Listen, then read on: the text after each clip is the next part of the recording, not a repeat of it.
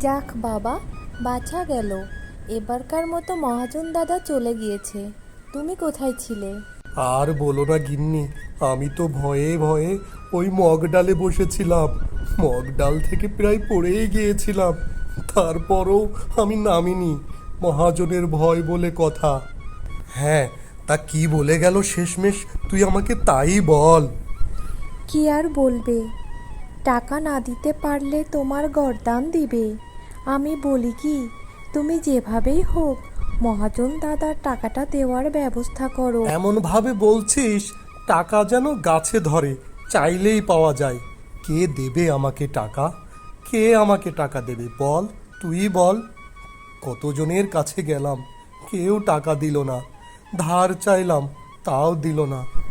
আমি বলি কি, আমার মায়ের দেওয়া কিছু গয়না আছে, ওগুলো তুমি বিক্রি করে দাও, তবুও আমরা ঋণ থেকে মুক্তি পাবো। তা হয় না রে সেতলা, তা হয় না।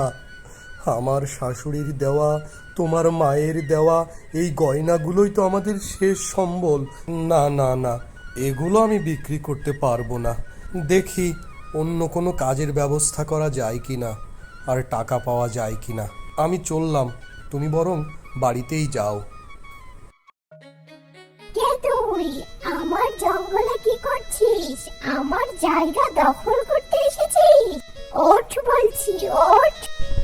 আমাকে মারবেন না, আমাকে মারবেন না। আমি বড় অসহায়। আমি অভাবের তাড়নায় জঙ্গলে এসে থাকা শুরু করেছি। বাড়িতে আমার বউ আছে।